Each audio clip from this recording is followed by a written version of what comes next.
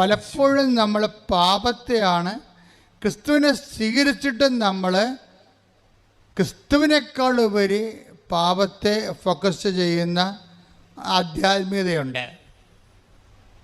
അതും ആധ്യാത്മികത തന്നെയാണ്, പക്ഷേ ക്വാളിറ്റേറ്റീവ്ലി അത് കുറച്ച് ഡിഗ്രി കുറവുള്ളതാണ്. കാര്യം ക്രിസ്തുവിനെ ഫോക്കസ് ചെയ്താൽ പിന്നെ പാപത്തിന് പരിഹാരം ചെയ്തവനെ നമ്മൾ സ്വീകരിച്ചു കഴിഞ്ഞാൽ പിന്നെ നമ്മൾ പാപത്തെ, ലോകത്തെ ജയിച്ചാണ് ജീവിക്കണത്. ലോകത്തെ ജയിച്ച് ജീവിക്കണത് എങ്ങനെയാണ്? പാപത്തിന് പകരം നമ്മൾ കൃപയെ ഫോക്കസ് ചെയ്യും. മനസ്സിലായില്ലേ? ഫോക്കസിങ്ങിൻ്റെ പ്രോബ്ലമാണ് ഇവിടെ. നമ്മൾ പാപത്തെ ഫോക്കസ് ചെയ്യുന്നതിന് പകരം ഉടമ്പടിയിലുള്ളവർ കൃപയെയാണ് ഫോക്കസ് ചെയ്യേണ്ടത്. റോമ 6:14. പാപം നിങ്ങളുടെ മേൽ ഭരണം നടത്തുകയില്ല, കാരണം നിങ്ങൾ നിയമത്തിന് കീഴിലല്ല, കൃപയ്ക്ക് കീഴിലാണ്. ഒന്നിന് പറഞ്ഞേ, ഏറ്റു പറഞ്ഞേ. പാപം നിങ്ങളുടെ മേൽ ഭരണം നടത്തുകയില്ല, കാരണം നിങ്ങൾ നിയമത്തിന് കീഴിലല്ല, കൃപയ്ക്ക് കീഴിലാണ്. പഴയ നിയമം ഉടമ്പടിയെല്ലാം നിയമത്തിന് കീഴിലാണ്, കൃപയ്ക്ക് കീഴിലല്ല. പഴയ നിയമം ഉടമ്പടിയുടെ ഒരു പോരായ്മ അതാണ്. അതെല്ലാം നിയമത്തിന് കീഴിലാണ്, കൃപയ്ക്ക് കീഴിലല്ല. പുതിയ നിയമം ഉടമ്പടിയിൽ എന്താണ്? കൃപയ്ക്ക് കീഴിലാണ്. എന്താ കാര്യം? ക്രിസ്തു നേടിയെടുത്ത കൃപ ടാപ്പ് ചെയ്യാൻ പറ്റുമോ? എങ്ങനെ പറ്റും? അതാണ് നമ്മുടെ ലക്ഷ്യം.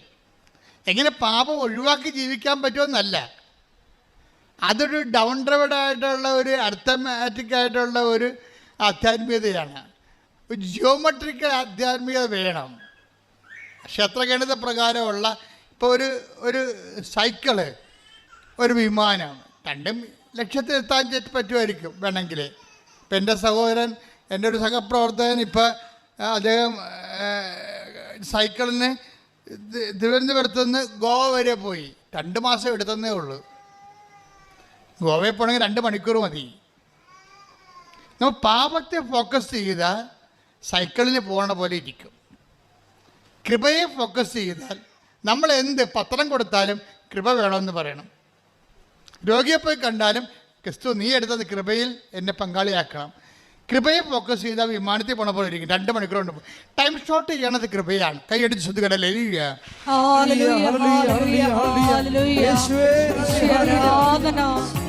കൃപയെ ലക്ഷ്യം വെച്ച് മുന്നേറുവാൻ നമ്മളെ അഭിഷേകം ചെയ്യണമേ.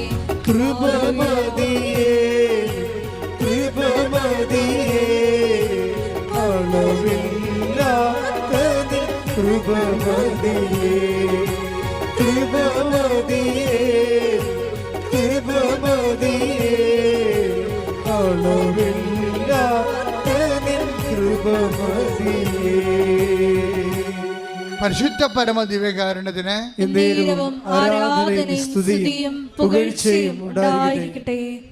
കഴിഞ്ഞ ദിവസങ്ങളിലെ അതാണ് കൃപ വരുമ്പോൾ ഉണ്ടാകുന്ന പ്രത്യേകത.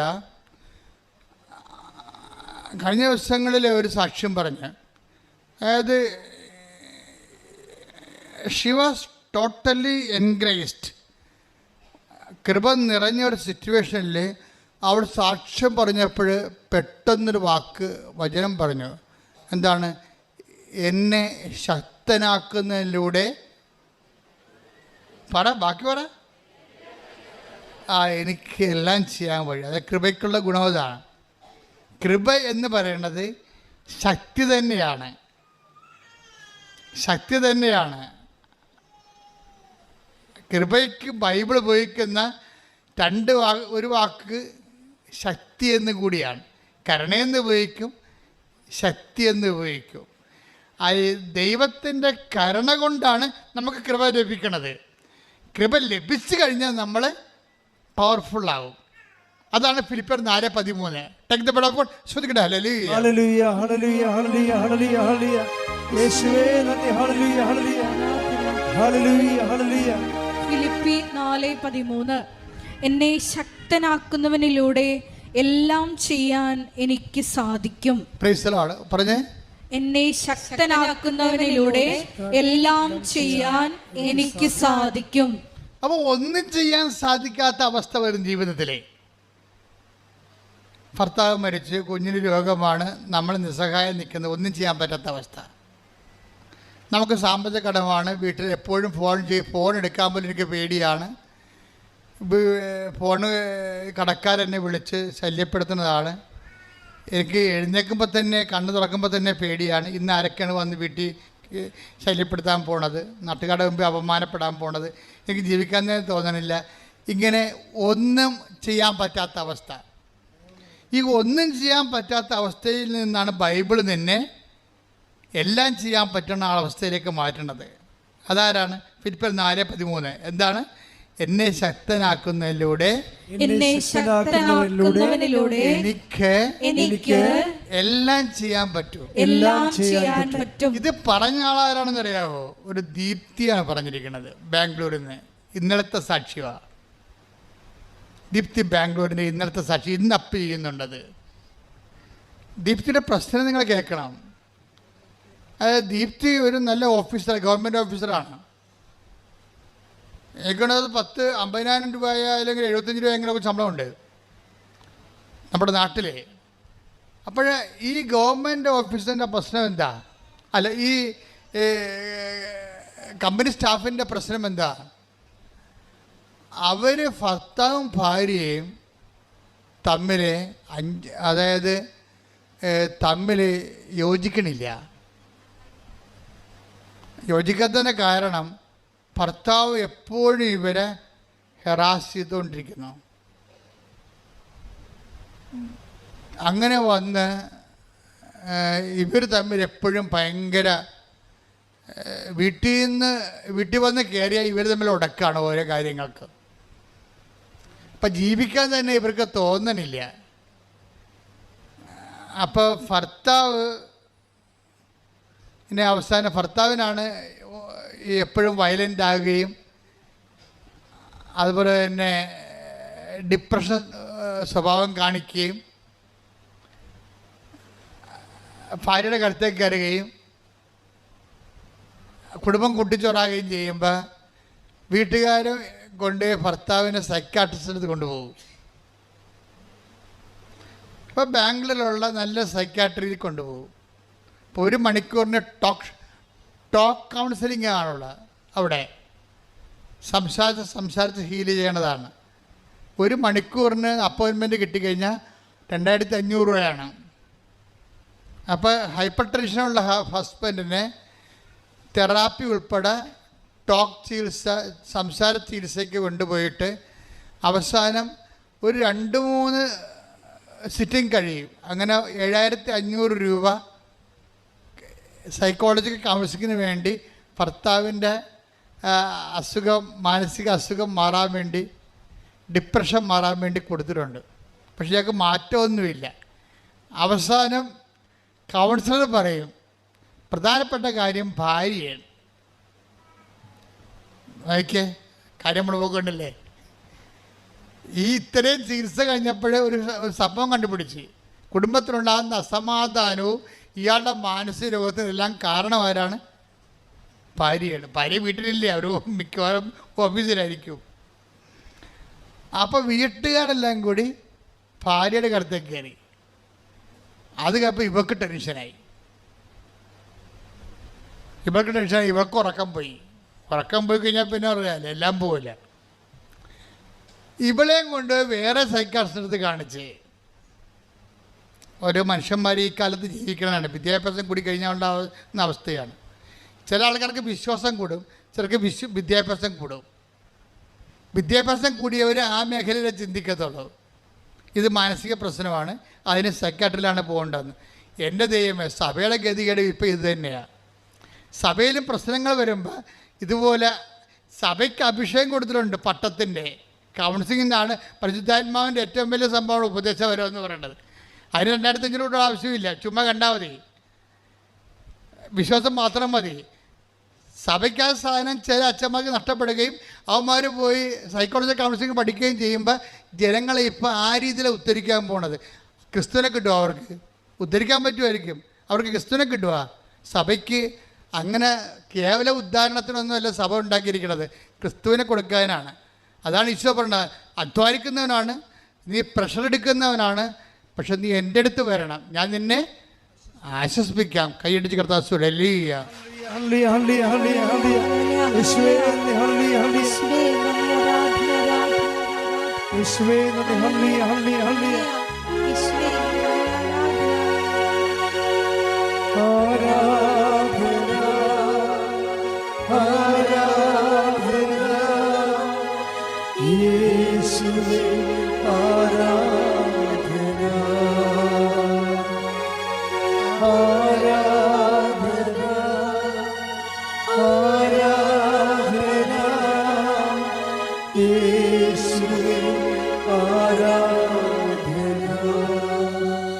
ഇപ്പോൾ എന്നാ പറ്റിയിരിക്കണ, ഭാര്യയും ഭർത്താവും ഓരോ സൈക്കാസ്റ്റിനടുത്ത് ക്ലിനിക്കിൽ പോയിക്കൊണ്ടിരിക്കുകയാണ് കൗൺസിലിങ്ങിന് വേണ്ടി. എന്തിനാണ്? വീട്ടു പ്രശ്നത്തിന് വേണ്ടി. പക്ഷെ അവിടെ ഒന്നും താക്കോല് കിട്ടണില്ല, ഇത് തുറക്കാനുള്ള താക്കോലില്ല. കുറച്ച് കഴിഞ്ഞപ്പോൾ അവർ ബൈ ചാൻസ് ആയിട്ടൊരു ഉടമ്പടി ധ്യാനം കൂടാൻ തയ്യാറായി. ഓൺലൈനിലൊരു ഉടമ്പടി ധ്യാനം കൂടി. അപ്പോൾ അവർ പറയണത്, ഒരു ധ്യാനം കൂടിയപ്പോൾ നിവൃത്തിയിൽ കേടായി വന്നപ്പോഴാണ് ഇങ്ങനെ ഒരു, ഇത് ആരും പറഞ്ഞതല്ല, മൊബൈലിൽ വന്നപ്പോൾ അവർ കേട്ടതാ. കേട്ട ഉടനെ ഉടമ്പടി ധ്യാനത്തിൽ അറിയാമല്ലോ, അതിൻ്റെ ആയിട്ടുള്ള അഭിഷേകം ഉണ്ടാകും എപ്പോഴും. ഈ അഭിഷേകത്തിൽ ഇവർ ട്രാങ്കുലറ്റ് ഫീൽ ചെയ്തു. ഇവർക്ക് ആ സാക്ഷ്യം നിങ്ങൾ ഇന്ന് കേൾക്കണം, ഇന്ന് അപ്പ് ചെയ്യുന്നുണ്ട്. അതായത് പെട്ടെന്ന് ഇവർ എത്രയോ ദിവസങ്ങളായി ഹൃദയത്തിൽ ഭാരവും കൊണ്ട് 5-10 ടണ്ണിങ്ങനെ ഹൃദയത്തിലിരിക്കണം, നെങ്ങുന്ന അവസ്ഥയാണ്. ഉറക്കമില്ലാതെ, സമാധാനം ഇല്ലാതെ, ഭർത്താവും ഭാര്യയും തമ്മിൽ ധാരണയില്ലാതെ, എപ്പോഴും ഒരു വിഷയം. അപ്പോൾ ഉടനെ ഇവരെന്ത്, ഈ ഒരൊറ്റ ധ്യാനം കൊണ്ട് ഇവർക്കൊരു അഭവമായിട്ടുള്ള ഒരു ആശ്വാസം കിട്ടും. അപ്പോൾ ഇവരതിനെ പറയണത് സാന്നിധ്യം എന്നാണ് പറയുന്നത്. സാക്ഷ്യത്തിൽ പറഞ്ഞിരിക്കണത്, എനിക്ക് ദൈവത്തിൻ്റെ ഒരു സാന്നിധ്യം എൻ്റെ മനസ്സിൽ കിട്ടി ആ ധ്യാനം കൂടിയപ്പോൾ. അപ്പോഴാ ധ്യാനത്തിൽ എന്നിട്ട് അപ്പോഴെനിക്ക് മതിയോ, ഇറ്റ്സ് ഓക്കെ, ഇത് മതിയല്ലോ എന്ന് വിചാരിച്ചുകൊണ്ട് ഇവൾ ധ്യാനങ്ങളൊക്കെ കൂടി. അപ്പോൾ എൻ്റെ ധ്യാനം കൂടി, വിജയകുമാർ സാറിൻ്റെ ധ്യാനം കൂടി. അങ്ങനെ അവരിതിൻ്റെ അകത്ത്, അപ്പോൾ ഇവൾ പറഞ്ഞ്, പക്ഷെ 3 ദിവസം കഴിഞ്ഞപ്പോൾ, അപ്പോൾ ഈ ധ്യാനം കൂടാൻ കാരണം, ധ്യാനം കൂടുന്ന സമയത്ത് ഒരു ഓൺലൈൻ ഉടമ്പടി എടുത്ത് ധ്യാനം കണ്ടപ്പോൾ, ധ്യാനം അവർക്കൊരു ആന്തരികമായൊരു ഫീലിംഗ് കൊടുത്തപ്പോൾ അവരാദ്യം ചെയ്തത് എന്താണ്, ബാംഗ്ലൂരല്ലേ, ഇവിടം വരെ പെട്ടെന്ന് വരാൻ പറ്റത്തില്ലല്ല, അതുകൊണ്ട് അവർ ഓൺലൈൻ ഉടമ്പടി എടുത്ത്. ഓൺലൈൻ ഉടമ്പടി എടുത്തപ്പോൾ ഒരു ഫസ്റ്റ് സംഭവം നടന്ന് എന്താണ്, ഒരു പ്രസൻസ് ഫീൽ ചെയ്തു. ആദ്യം ധ്യാനം കൂടിയപ്പോൾ ആശ്വാസമാണ് തോന്നിയത്. അതിൻ്റെ ഒരു പ്രോസസ്സിങ് നോക്കണം, നല്ല രസമാണ്. ധ്യാനം കൂടിയപ്പോൾ അവർക്ക് ആശ്വാസം തോന്നി. പിന്നെ എന്ത് ചെയ്തു, അവരോട് ഓൺലൈൻ ഉടമ്പടി എടുത്തു. ഓൺലൈൻ ഉടമ്പടി എടുത്തപ്പോൾ ഇവർക്കുണ്ടായ മാറ്റം, ഒരു പ്രസൻസ് ഫീൽ ചെയ്യാൻ തുടങ്ങി. ആരോ എൻ്റെ ഉള്ളിലുണ്ട് എന്ന് പറയണേ.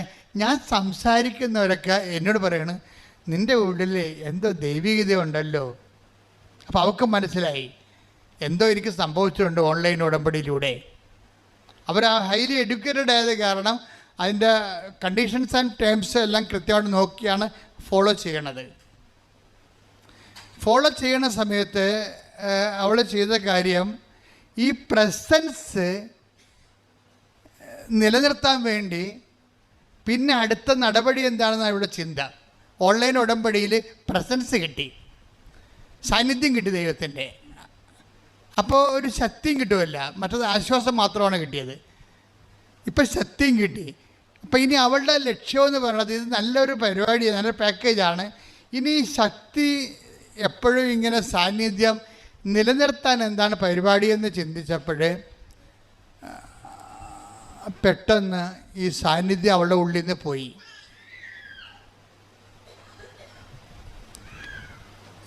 സാന്നിധ്യം പോയി കഴിഞ്ഞപ്പോൾ അവൾക്ക് മനസ്സിലായി, എൻ്റെ പാപങ്ങൾ കൊണ്ടായിരിക്കും സാന്നിധ്യം പോയി. ഇവിടെയാണ് പാപത്തിൻ്റെ വിഷയം നമ്മൾ റെഫർ ചെയ്യണ. ഇവിടെയാണ് ഈ പ്രസൻസും സിൻഫുൾനെസ്സും ഒരുമിച്ച് പോകത്തില്ല.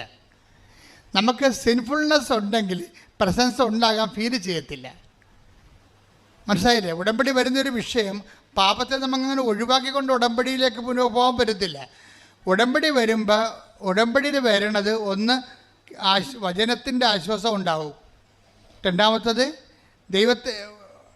ദൈവത്തിൻ്റെ സാന്നിധ്യം ഉണ്ടാവും. പക്ഷെ സാന്നിധ്യം അങ്ങനെ നിലനിൽക്കത്തില്ല. കാര്യം എന്താണ്? നമുക്ക് പാപാവസ്ഥ ഉണ്ടെങ്കിൽ സാന്നിധ്യം നിലനിൽക്കത്തില്ല. അപ്പം നിങ്ങൾ അക്രൈസ്തവരായിട്ടുള്ള സഹോദരൻ ഓർത്തും ഞങ്ങൾ പാപാവസ്ഥയ്ക്ക് എന്ത് ചെയ്യാനാണ്? നിങ്ങൾ കംപ്ലീറ്റായിട്ട് പാപത്തെ ഉപേക്ഷിക്കണം. നിങ്ങൾ പാപത്തെ എന്തിനാണ്, പാപം കൊണ്ടുനടക്കാൻ എന്തിനാണ്? അപ്പോൾ പാപം എന്താണെന്ന് അറിയണം. പാപത്തെ നിങ്ങളെ വിശുദ്ധിയിലേക്ക് വരണം, അല്ലെങ്കിൽ സാന്നിധ്യത്തിൻ്റെ അകത്ത് ഒരു ഡിമിനിഷിങ് ഉണ്ടാവും. നിങ്ങൾക്ക് കുമ്പസാരിക്കാനും കൂദാശമൊന്നും ഇല്ലല്ലോ. അപ്പോഴേ നിങ്ങൾക്ക് ചെയ്യാവുന്നത് പാപാവസ്ഥ മാറ്റിയിട്ട്, പാപാവസ്ഥ എന്തിനാണ് മാറ്റേണ്ടത്? വരപ്രസാദ അവസ്ഥ നിലനിൽക്കാൻ വേണ്ടിയാണ്. വിശ്വാസത്താൽ നിങ്ങൾക്ക് ചെയ്തികൾ കൊണ്ടും വരപ്രസാദാവസ്ഥ, ഒരു കേവല വരപ്രസാദാവസ്ഥ നിങ്ങൾക്കുണ്ട്. അതിലൂടെ നിങ്ങൾക്കൊരു പ്രസൻസ് ഫീൽ ചെയ്യുന്നുണ്ടാകാം. അത് മുന്നോട്ട് കൊണ്ടുപോകണം. പക്ഷേ ഈ മോൾക്കുണ്ടാകുന്ന പ്രശ്നം അതല്ല. അവർ നോൺ ക്രിസ്ത്യൻ അല്ല, ക്രിസ്ത്യനാണ്, പക്ഷെ മാർത്തോമൈസാണ്. അതാണ് വിഷയം. അപ്പോൾ അവർക്ക് കുമ്പസാരമില്ല. അവൾ പറയുന്നുണ്ട്, ഞാൻ കത്തോലിക്കയിലാണ് കെട്ടിയിരിക്കണമെങ്കിലും മനസ്സുകൊണ്ട് മാർത്തോമയായിട്ടാണ് ജീവിക്കുന്നത്. അതെല്ലാം കൃത്യമായിട്ട് പറയുന്നുണ്ട്. അപ്പോൾ എനിക്ക് കുമ്പസാരമില്ല, എൻ്റെ സഭയിലും കുമ്പസാരമില്ല, നോട്ട് കമ്പൽസറി. ഇപ്പം ഞാൻ കുമ്പസാരിക്കാറില്ല. അപ്പോൾ പക്ഷേ ഈ എനിക്ക് ഉടമ്പടിയിലൂടെ ഓൺലൈൻ ഉടമ്പടിയിലൂടെ ലഭിച്ച വരപ്രസാദത്തിലൂടെ വന്ന ആ പ്രസൻസില്ലേ, അത് നിലനിർത്താൻ വേണ്ടി ഞാൻ പോയി കുമ്പസാരിച്ച്.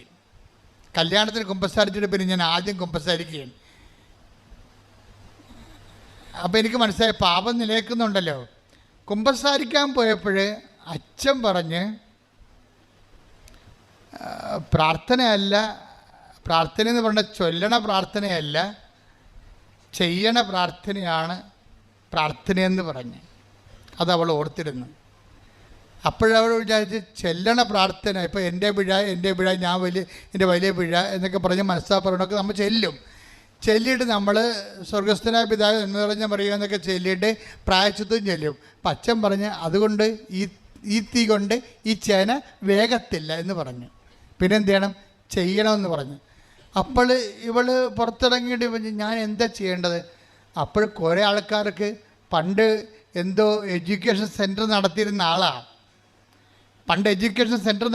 ആളാണ്. അപ്പോൾ അവരെല്ലാം പരീക്ഷയ്ക്ക് പൈസ അടച്ചിട്ടുണ്ട്, പഠനത്തിന് പൈസ അടച്ചിട്ടുണ്ട്, പലർക്കും പൈസ തിരിച്ചു കൊടുത്തിട്ടില്ല. ഇവർക്കിപ്പോൾ നല്ല നിലയാണ്, ശമ്പളമൊക്കെ ആവശ്യത്തിനുണ്ട്, പക്ഷേ പഴയ കടക്കാർക്ക് പൈസ കൊടുത്തിട്ടില്ല. അപ്പം കടങ്ങൾ കിടക്കുന്നിടത്തോളം കാലം, പാപങ്ങൾ കിടക്കുന്നിടത്തോളം കാലം വരപ്രസാദം ഫീൽ ചെയ്യാതെ വരും. ഇത് നിങ്ങൾ ഉടമ്പടിക്കാരെല്ലാവരും കേൾക്കേണ്ട ധ്യാനമാണിത്. ആണായാലും പെണ്ണായാലും ക്രിസ്ത്യാനിയായാലും അക്രൈസ്തവനായാലും ദൈവത്തിൻ്റെ സാന്നിധ്യം സൗജന്യമാണ്. പക്ഷെ നമ്മൾ ഫീൽ ചെയ്യുക എന്നുള്ളത് അനദർ കേസാണ്. നമുക്ക് ഫീൽ ചെയ്യണമെന്നുണ്ടെങ്കിൽ നമ്മൾ ഓക്കെ ആയിരിക്കണം. അപ്പോൾ അതുകൊണ്ട് ഉടമ്പടി ഇരിക്കുന്ന ആൾക്കാർ ഇവിടെയാണ് ശ്രദ്ധിക്കേണ്ടത്. എവിടെയെങ്കിലും നമ്മൾക്ക് അനുതാപത്തിൻ്റെ മേഖലയുണ്ടെങ്കിൽ, ഞങ്ങളെ അക്രൈസ്തവരാണ്, ഞങ്ങൾക്ക് അബോർഷൻ ചെയ്യണതിന് കുഴപ്പമില്ലെന്ന് പറഞ്ഞാൽ ഒറ്റ നടക്ക് പോകത്തില്ല. ദൈവപ്രസാദത്തിന് വേണ്ടി ദൈവം കൽപ്പിച്ചിരിക്കുന്ന പ്രമാണങ്ങൾ ഇവിടെയാണ് ശക്തമാകുന്നത്. എന്താണ്? കൊല്ലരുത്. ക്രിസ്തുവിൻ്റെ വരപ്രസാദം നിങ്ങൾക്ക് വേണമെന്നുണ്ടെങ്കിൽ അവൻ പറയണ പോലെ നിങ്ങൾ ചെയ്യണം. അല്ലാതെ നിങ്ങൾക്ക് തോന്നിയ പോലെ ജീവിച്ചിട്ട് ക്രിസ്തുവിൻ്റെ വരപ്രസാദം ഞങ്ങൾ ഉടമ്പടി എടുത്തിട്ടുണ്ടെന്ന് പറഞ്ഞിട്ട് മസിൽ പെരുപ്പിച്ച് നടന്നിട്ട് കഥയില്ല. പ്രാർത്ഥിക്കുക, കർത്താവായ ദൈവമേ, ഉടമ്പടിയിൽ ലഭിക്കുന്ന വരപ്രസാദത്തിന് അന്വേഷണീയമായ വിശുദ്ധ ജീവിതം നയിക്കാൻ ഞങ്ങളെ അഭിഷേകം ചെയ്യണം.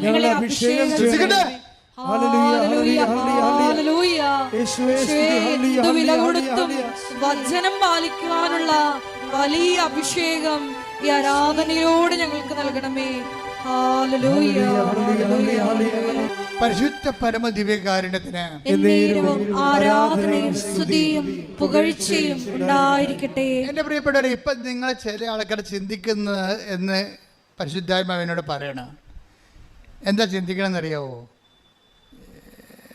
ഭയങ്കര അവസ്ഥയാണ് എൻ്റേത്, പാപകരമായ ജീവിതമാണ്, പണ്ടത്തെ പാപങ്ങളെ കുടിശ്ശികയുണ്ട്, ഞാനെങ്ങനെ ഗതി പിടിക്കാനാണെന്ന്.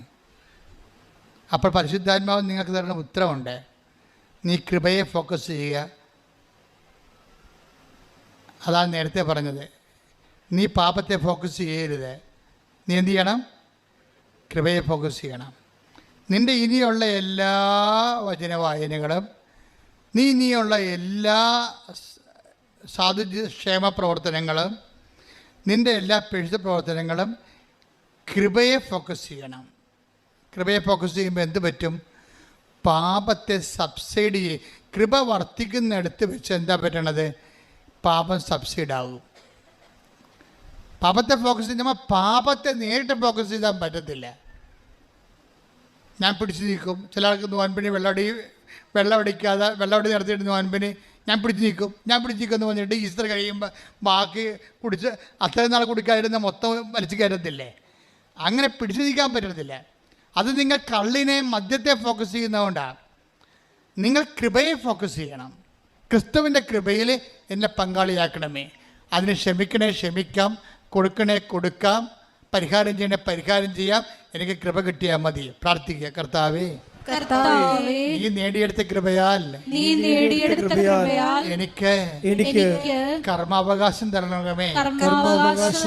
ഞാൻ എന്ത് ഒത്തുതീർപ്പിനും നിന്റെ കൃപയ്ക്ക് വേണ്ടി സ്വീകരിക്കാൻ വേണ്ടി ഞാൻ എന്ത് ഒത്തുതീർപ്പിനും തയ്യാറാണ്. എന്നെ സഹായിക്കണമേ. എന്റെ അമ്മേ, പരിശുദ്ധമ്മേ, ദൈവമാതാവേ, എനിക്ക് വേണ്ടി പ്രാർത്ഥിക്കണമേ.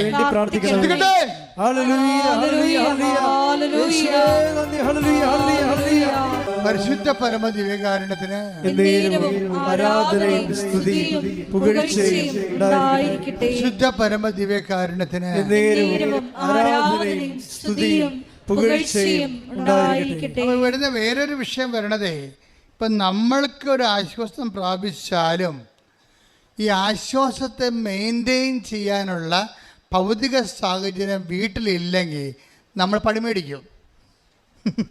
നമ്മൾ ആശ്വാസം പ്രാപിച്ചു, പക്ഷേ ഹസ്ബൻഡ് ഇപ്പോഴും പഴയ അവസ്ഥയിലാണ്. ആ വീട്ടിലുള്ള അമ്മായിയപ്പനും അമ്മായിയമ്മയൊക്കെ കുടുംബപ്രാർത്ഥനയേ ഇല്ല. അഥവാ ഇവള് പ്രാർത്ഥിക്കാൻ പോകുകയാണെങ്കിൽ അവർ CV വെച്ചുകൊണ്ടിരിക്കും. ഒന്ന് ചിന്തിച്ച് നോക്കിയേ, ഈ വീട്ടിൽ എങ്ങനെ സമാധാനം ഉണ്ടാവണം നിങ്ങൾ പറയണേ? കെട്ടിവന്ന മരുമകൾ പ്രാർത്ഥനയ്ക്ക് വന്നാലും അമ്മായിയമ്മ TV വെച്ചുകൊണ്ടിരിക്കും. എന്നിട്ട് അവർ പ്രാർത്ഥിക്കണ ഇവർക്ക് കേൾക്കാം. എന്നാൽ ഇത്തിരി സ്വരം താഴ്ത്തി കൊടുക്കണമല്ലോ. ഒന്നുമില്ലെങ്കിൽ ഇവർ പ്രാർത്ഥിച്ചില്ലെങ്കിൽ മറ്റുള്ളവരെ പ്രാർത്ഥിക്കാൻ അനുവദിക്കണമല്ല. ആ പരിപാടി പോലും അവർ ചെയ്യത്തില്ല. അപ്പം നമ്മുടെ ഭൗതിക സാഹചര്യങ്ങൾ നമ്മൾ ഓക്കെ ആയാലും നമ്മുടെ സമാധാനവും കൃപയും മെയിൻറ്റെയിൻ ചെയ്യണമെങ്കിൽ എന്ത് ചെയ്യണം? നമ്മൾ വീട്ടുകാരെ കൂടി ഫോക്കസ് ചെയ്യണം. വീട്ടുകാരെ കൂടി ഉടമ്പടിയുടെ പരിധി കൊണ്ടു. അപ്പോൾ എന്ത് ചെയ്ത് അവർ രണ്ടും കൽപ്പിച്ച് ബാംഗ്ലൂരിൽ നിന്ന് നേരെ ഇവിടെ വരും. തീർത്ഥാടന ഉടമ്പടി എടുക്കും. ഓരോ ഉടമ്പടിക്കും ഓരോ ബലമാണ്. ഓൺലൈൻ ഉടമ്പടിക്ക് ഒരു ബലമുണ്ട്. ഇപ്പം വചനം കേൾക്കുന്ന പഴയ നിയമ ഉടമ്പടിക്ക് ഒരു ബലമുണ്ട്. അത് ആശ്വാസമാണ്. അത് ലക്ഷ്യം വെക്കുന്നത് കൽപ്പനയാണ്. കൽപ്പന ലക്ഷ്യം വെക്കുന്നത് പാപത്തെയാണ്. പക്ഷെ പുതിയ നിയമത്തിൽ വരുമ്പോഴേ കൃപയെയാണ്, നിത്യജീവന ആവശ്യമായ കൃപയെയാണ് ലക്ഷ്യം വെക്കുന്നത്. പക്ഷെ അതിന് വേണ്ടി നമ്മൾ പലപ്പോഴും അവിടുത്തെ മരിയൻ കണ്ടൻ്റ്, അതായത് നമ്മളെ ക്രിസ്തുവിനോട് അടുപ്പിക്കുന്ന ഒരു ഏജൻ്റുണ്ട്. എബ്രാഹത്തിൻ്റെയൊക്കെ ഉടമ്പടിക്ക് ഉണ്ടായിരുന്ന പാളിച്ചകൾ എന്താ? എബ്രാഹത്തിനോട് ദൈവം പറഞ്ഞതല്ലേ, അടുത്ത കൊല്ലം കടന്നു പോകുമ്പോൾ അടുത്ത വസന്തത്തിൽ കടന്നു പോകുമ്പോൾ നിനക്ക് കുഞ്ഞുണ്ടാകുമെന്ന്. ആ വസന്തമെന്നേ പറഞ്ഞോളൂ, ഏത് വർഷത്തെ വസന്തമെന്ന് പറഞ്ഞില്ല. ദൈവത്തിൻ്റെ വാഗ്ദാനത്തിൻ്റെ സവിശേഷത നമുക്കൊരു പരീക്ഷണം ഇട്ടിട്ടാണ് ദൈവം ചെയ്യത്തുള്ളൂ. എല്ലാ ഉടമ്പടികൾക്കും പരീക്ഷണം ഉണ്ടാകും. ഇപ്പം ഈ ദീപ്തി എന്ന് പറഞ്ഞ സ്ത്രീ സഹോദരി ഇവിടെ നിന്ന് ഉടമ്പടി എടുത്തതിന് ശേഷം, ഈ തീർത്ഥാടന ഉടമ്പടി എടുത്തതിന് ശേഷം അവർ വീട്ടിൽ ചെല്ലുമ്പോൾ അവർ ഓക്കെയാണ്.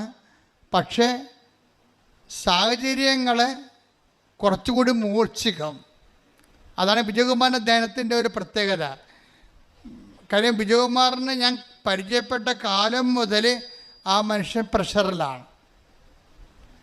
എപ്പോൾ എൻ്റെ ഇടയ്ക്ക് നിന്ന് പ്രാർത്ഥിച്ച് പോകുന്ന പിറ്റേ ദിവസം എന്തെങ്കിലും പ്രശ്നം ഉണ്ടാവും. തിരിച്ചു വിളിക്കും. എന്നിട്ട് പുള്ളി പറഞ്ഞ വാക്ക്, the problems are in queue, why എന്നൊക്കെ ചോദിക്കും എന്നോട്.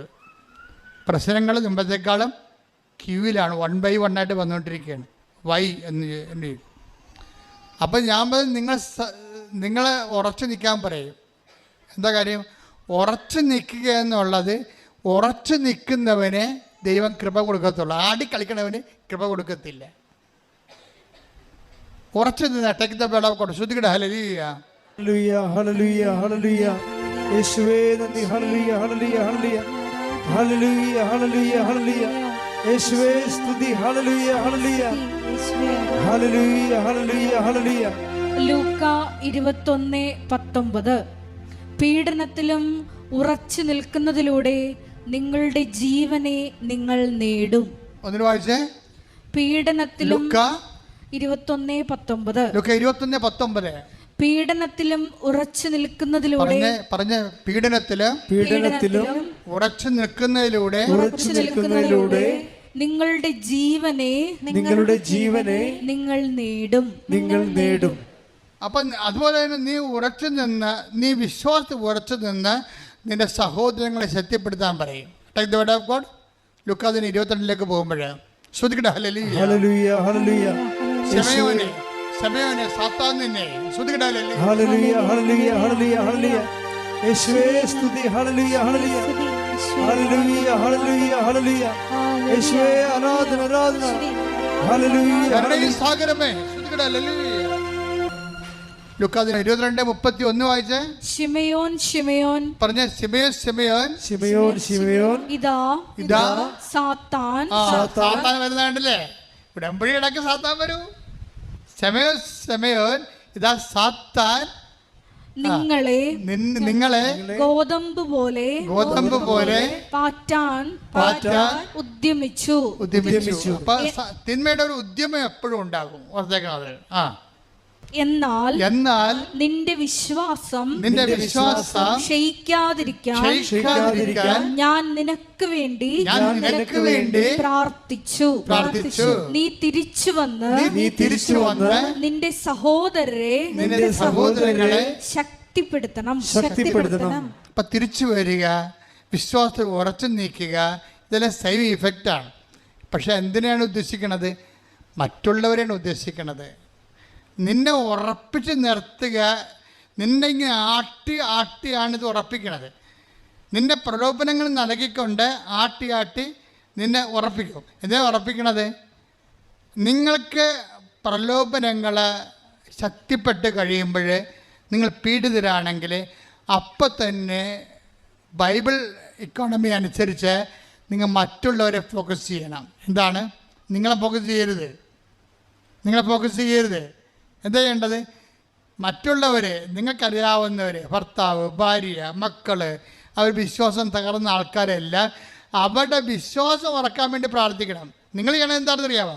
അവർക്ക് ജോലി കിട്ടാൻ വേണ്ടി പ്രാർത്ഥിക്കും, അവർക്ക് PR കിട്ടാൻ വേണ്ടി പ്രാർത്ഥിക്കും. അവിടെയാണ് ഉടമ്പടി അബോർഷൻ സംഭവിക്കുന്നത്. ദൈവത്തിന് പ്രയോജനമില്ലല്ലോ. ദൈവത്തിന് പ്രയോജനമുള്ള ഫോർമാറ്റിൽ കൊണ്ടുവരണം. നിങ്ങൾ എന്ത് ചെയ്യും? നിങ്ങൾ പ്രാർത്ഥിക്കും മറ്റുള്ളവർക്ക് വേണ്ടി. എന്ത് പ്രാർത്ഥിക്കും? എന്താ പ്രാർത്ഥിക്കണത്? ഇപ്പം കഴിഞ്ഞ ദിവസം ഒരു സാക്ഷ്യം ഉണ്ടായി. ഒരമ്മ സാക്ഷ്യം പറഞ്ഞതാണ്, ഞാൻ കൃപാസനം മാതാവിനെ വെറുത്തു. മാതാവേ, അതോടുകൂടി അരിമുട്ടിപ്പോയി. അവരെന്താ പറഞ്ഞത്? അവരുടെ ആദ്യത്തെ കാര്യങ്ങളൊന്നും സാധിച്ചില്ലെന്നാണ് പറയണത്. അത് കാരണം ഞാൻ ഇതിലേ കൂടി ഹരിപ്പാട് ഓഫീസിൽ പോകുമ്പോൾ ഇങ്ങോട്ട് തിരിഞ്ഞു പോലും നോക്കത്തില്ലെന്ന് പറഞ്ഞു. അപ്പോൾ ഇവൾ തിരിഞ്ഞു നോക്കത്തില്ല എന്നുണ്ടെങ്കിൽ നക്കപ്പിച്ച കൊടുത്തില്ലെന്നെങ്കിലും ദൈവത്തിൽ നിന്ന് പോകുന്ന ദൈവത്തിന് അറിയാം ഈ സാധനത്തിനാണ്. അതാണ് വിഷയം. അത് നിങ്ങൾ മനസ്സിലാക്കണം. നിങ്ങളുടെ കാര്യങ്ങൾ നിങ്ങൾ വിചാരിക്കുന്ന സമയം നടത്തിയില്ലെങ്കിൽ നിങ്ങൾക്ക് ദൈവത്തിന് നിങ്ങൾ ഉപേക്ഷിക്കുമെന്ന് നിങ്ങൾ ഉടമ്പടി ചെയ്യുമ്പോൾ തന്നെ ദൈവത്തിന് അറിയാം. അപ്പോൾ പിന്നെ എങ്ങനെയാണ് ഉടമ്പടി വർക്കൗട്ട് ചെയ്യണത്? കാര്യം നിങ്ങളെ ദൈവത്തിന് അറിയാം. അപ്പം നിങ്ങളുടെ ദൈവം ആരാണ്? നിങ്ങളുടെ നിയോഗമാണ് ദൈവം, ദൈവമല്ല. നിങ്ങളെന്താ പറയേണ്ടത്? ഈ നിയോഗം നടക്കാതിരിക്കുകയോ? നടന്നില്ലേലും നീ തന്നെയായിരിക്കും എൻ്റെ ദൈവം. അതാണ് ഉടമ്പടി. കൈയടിച്ച് ശ്രുതികളെ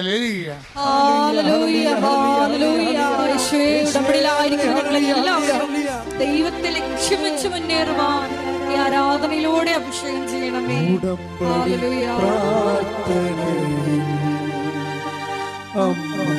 ഉടനടി പരിഹാരമേകും അവൻ പറയുന്നത് ചെയ്തിടും ജീവിതം ധന്യമായി തീർന്നിടും. എൻ്റെ ദൈവം സ്ഥാപിച്ച ഉടമ്പടിയുടെ അൾട്ടിമേറ്റ് എൻഡെന്ന് പറയണത്, നിയോഗമെന്ന് പറയണത് ക്രിസ്തുവാണ്. അല്ല, നിങ്ങൾ സിൽവർ ഗ്രേയാണ് ഉടമ്പടിയെന്ന് പറഞ്ഞിട്ട് കാര്യം. എനിക്ക് സിൽവർ ഗ്രേ ഉടമ്പടി കാണുമ്പോൾ തന്നെ എനിക്ക് പറയാൻ തുടങ്ങും. ആൾ സിൽവർ ഗ്രേ ആണ്, പക്ഷേ ഞാൻ ഈ സിൽവർ ഗ്രേക്കാരോട് സംസാരിക്കത്തില്ല. എന്താ കാര്യം? ആ കാരണമുണ്ട്. ഈ സിൽവർ ഗ്രേ ആയിട്ട് ഇപ്പോഴും ഇവർ ആട് പ്രസവിക്കണം, അമ്മ പ്രസവിക്കണം പറഞ്ഞ് നടക്കുക നാളെ ഇല്ലാത്തവർക്ക്. അപ്പം അർത്ഥം ഇവരുടെ ഉടമ്പടിയിൽ എവിടെയോ ഇവർ കളങ്കം ഉണ്ടാക്കിയിട്ടുണ്ട്. നിങ്ങൾക്കറിയാമല്ലോ, ഇവിടെ സത്യസന്ധമായ ഉടമ്പടി എടുക്കുന്നവർ അവരൊരു ടൈം കഴിഞ്ഞാൽ പിന്നെ അവരുടെ ആവശ്യങ്ങൾ വെക്കത്തില്ല. അവർ ദൈവത്തിന് പ്രാധാന്യം കൊടുക്കും. ഇപ്പോഴും സിൽവർ ഗ്രേക്കാരനും വസ്തുവിക്കണം പറഞ്ഞ് നടക്കണമെന്ന് പറഞ്ഞാൽ എന്തൊരു നാണക്കേടാണ്. അതൊക്കെ എൻ്റെ സമയത്ത് ദൈവം നടത്തിക്കൊള്ളും. ഞാൻ എൻ്റെ ദൈവത്തിന് ജോലി ചെയ്യും. ഇത് ശേഷിച്ച കാലം ദൈവത്തിൻ്റെ മഹത്വത്തിന് വേണ്ടി ജീവിക്കും. അതാണ് എൻ്റെ സിൽവർ നിയോഗം. ശ്രുതികടാലേ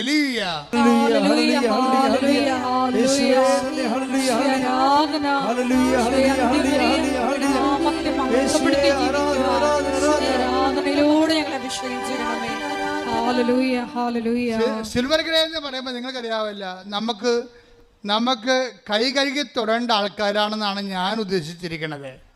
അല്ല, ഇപ്പോഴും നാട്ടിൽ സ്ഥലം മേടിക്കണം, ജെട്ട് നടപടിയാണെന്നും പറഞ്ഞ് മുങ്ങിക്കൊണ്ട് നടക്കുന്ന ആൾക്കാരല്ല. അങ്ങനെയുള്ളവർക്ക് ഇവിടെ ഇനിയും ഭൗതിക നിയോഗങ്ങളുമായിട്ടാണ് അവർ ഉടമ്പടി ചെയ്യണമെങ്കിൽ ഞാൻ പറയും അവർക്ക് ഉടമ്പടി ചേഞ്ച് ചെയ്ത് കൊടുക്കരുതെന്ന് പറയും. എന്താ കാര്യം? അങ്ങനെ പച്ചയും മഞ്ഞയും നീലയും മാറണതല്ല ഉടമ്പടി ജീവിതമാണ്. ഓരോ ഘട്ടം കഴിയുമ്പോഴും അവൻ ദൈവത്തിലേക്ക് വളർന്നുകൊണ്ടേയിരിക്കും. ഓരോ ഘട്ടം കൊണ്ടും കഴിയും തോറും അവർ മറ്റുള്ളവരെ കൂടി ദൈവത്തിലേക്ക് കൊണ്ടുവരും. മറ്റുള്ളവരാണ് പ്രശ്നം. നിങ്ങൾ എന്തുമാത്രം മാനസികമായി ക്ലേശിക്കുന്നവരാണോ അതിൻ്റെ അർത്ഥം മറ്റുള്ളവരിലേക്ക് തിരിയൂ, അവരുടെ വിശ്വാസം സംരക്ഷിക്കുമെന്നാണ്. അതാണ് 22:31 ലുക്ക 22:32. ശിമയോൻ, സാത്താൻ നിന്നെ ഗോതമ്പ് മണി പോലെ പാറ്റാൻ നോക്കുന്നു. I was praying for you. അപ്പം നീ ഇനി പ്രാർത്ഥിക്കേണ്ട കാര്യമില്ല. നിനക്ക് ഈ ഉടമ്പടിയിൽ ഇരുന്നിട്ടോ നിനക്ക് പ്രലോഭനങ്ങളും പ്രശ്നങ്ങളും ഉണ്ടെങ്കിൽ I will pray for you. നിൻ്റെ കാര്യം ഞാൻ നോക്കാം. ഈ മറിയം പോലും ആവശ്യമില്ല. പക്ഷേ നീ എന്ത് ചെയ്യണം? മറ്റുള്ളവരുടെ കാര്യം തിരക്കണം, അവരുടെ വിശ്വാസം സംരക്ഷിക്കണം, അവരെ വിശ്വാസത്തിൽ നിർത്തണം, അവരെ കൃപയിൽ വളർത്തണം. കൈയടിച്ച് ശ്രദ്ധിക്കട്ടെ.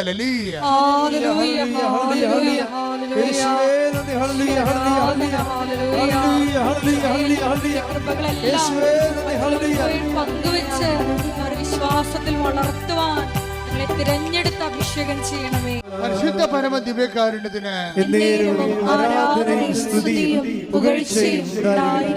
എൻ്റെ പ്രിയപ്പെട്ടവരെ, ഇപ്പം കാര്യങ്ങളേറെയൊക്കെ ഒരു ധാരണ എത്തിയില്ലേ?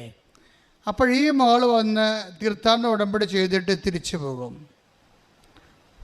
പോകുമ്പോൾ വീണ്ടും കുടുംബത്തിൻ്റെ ഭാഗത്തുനിന്നും ഭർത്താവിൻ്റെ ഭാഗത്തുനിന്നും ഭൗതിക സാഹചര്യം മാറിയിട്ടില്ലല്ലോ. അത് വീണ്ടും മോശമാകും, വളരെ മോശമാകും.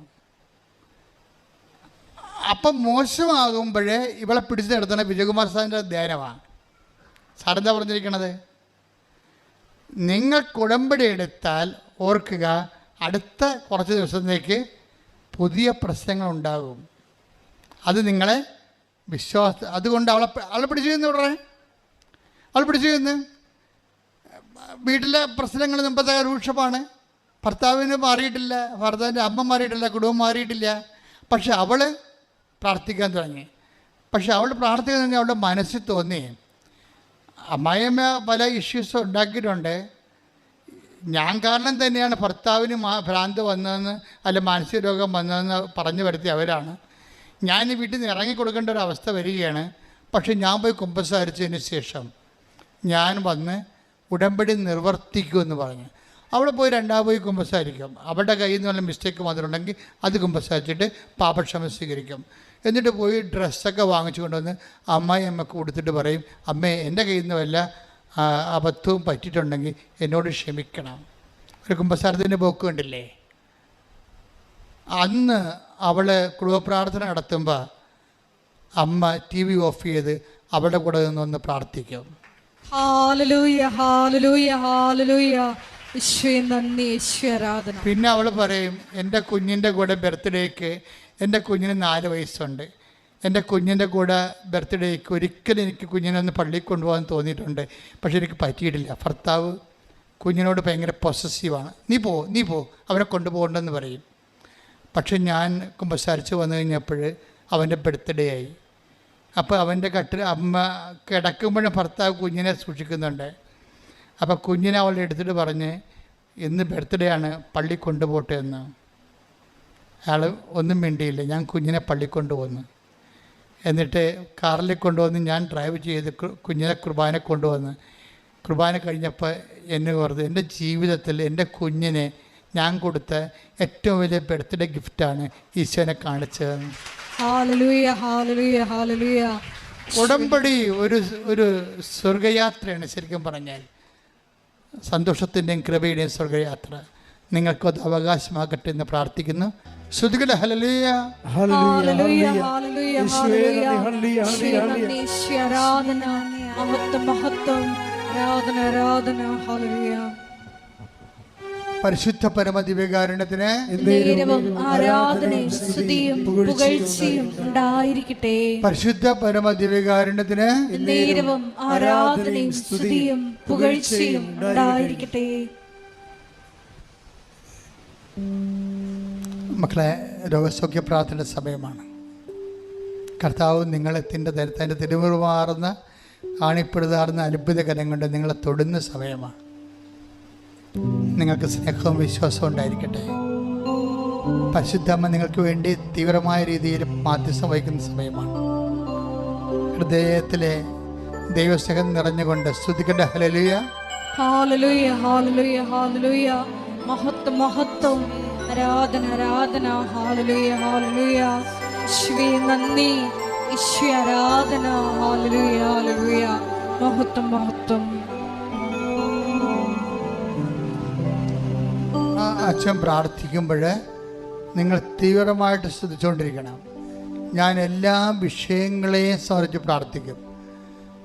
രോഗങ്ങൾ, ഇവിടെ ഉള്ളവർ, ആശുപത്രി കിടക്കുന്നവർ, നിങ്ങളുടെ ബന്ധുക്കൾ, സ്വന്തപ്പെട്ടവർ, നിങ്ങളുടെ പ്രാർത്ഥനാ സഹായം ആവശ്യപ്പെട്ടവർ, എല്ലാവരെയും കർത്താവ് തൊടുന്ന സമയമാണ്.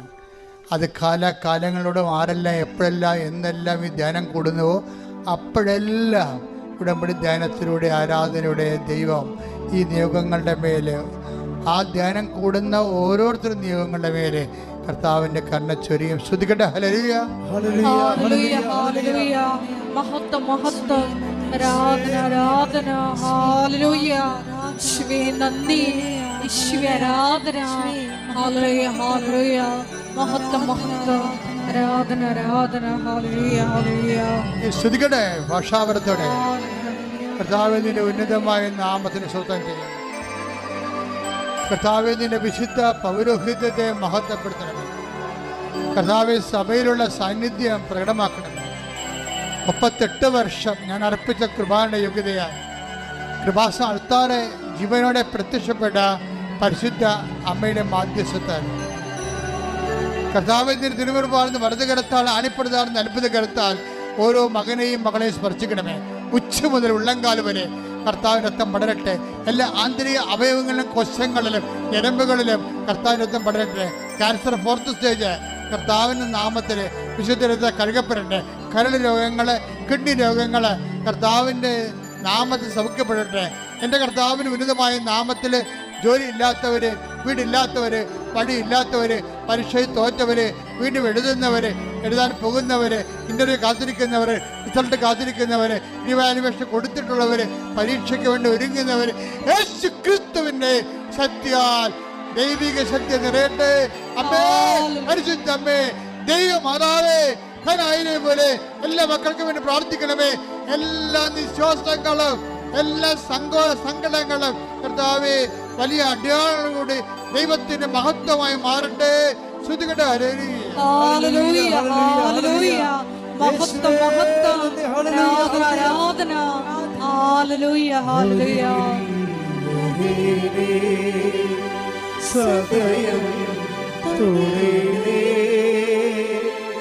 സുഖമായി എൻ്റെ ഉള്ളം അരികിൽ മുരേ സദയം തുണേ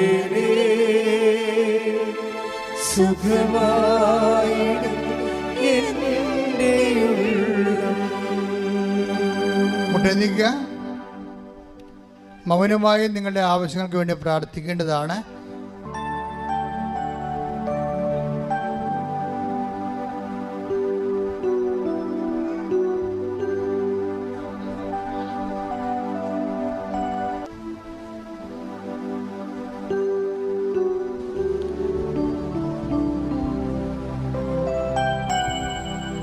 ഒരിക്കൽ കൂടി മരിയൻ ഉടമ്പടിയിൽ സമർപ്പിച്ചിരിക്കുന്ന എല്ലാ വിഷയങ്ങളും ദൈവമാതാവിൻ്റെ മധ്യസ്ഥയിൽ ദിവ്യകാരുണ്യ സന്നിധിയിൽ സമർപ്പിച്ച് മൗനമായിട്ട് പ്രാർത്ഥിക്കാം.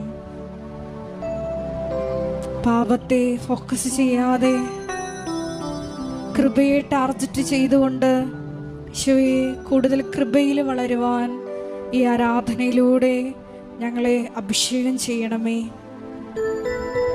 പരീക്ഷണഘട്ടങ്ങളിൽ വചനത്തെ മുറുകെ പിടിച്ചുകൊണ്ട് മുന്നേറി തിരിച്ചു വന്ന് ഞങ്ങളുടെ സഹോദരരെ വിശ്വാസത്തിൽ ശക്തിപ്പെടുത്തുവാൻ ഈ ആരാധനയിലൂടെ ഞങ്ങളെ തിരഞ്ഞെടുത്ത് അഭിഷേകം ചെയ്യണമേ എന്ന് പ്രാർത്ഥിച്ചുകൊണ്ട് ശിരസ് നമിച്ച് നമുക്ക് ദിവ്യകാരുണ്യനാഥൻ്റെ ആശീർവാദം സ്വീകരിക്കാം.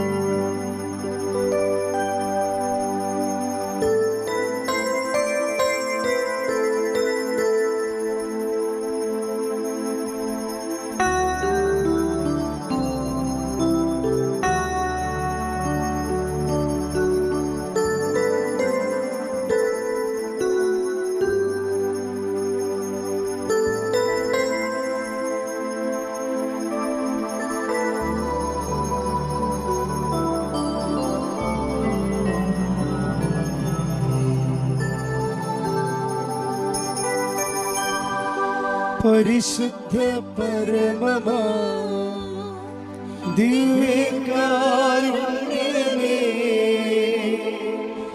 എന്നുമെന്നും അങ്ങേയ്ക്കാരാധന. പരിശുദ്ധ പരമമാ ദിവ്യകാരുണ്യമേ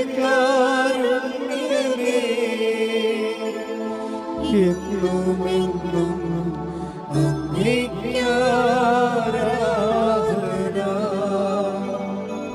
പരിശുദ്ധ പരമമാ ദിവ്യകാരുണ്യമേ എന്നുമെന്നും അങ്ങേയ്ക്കാരാധന.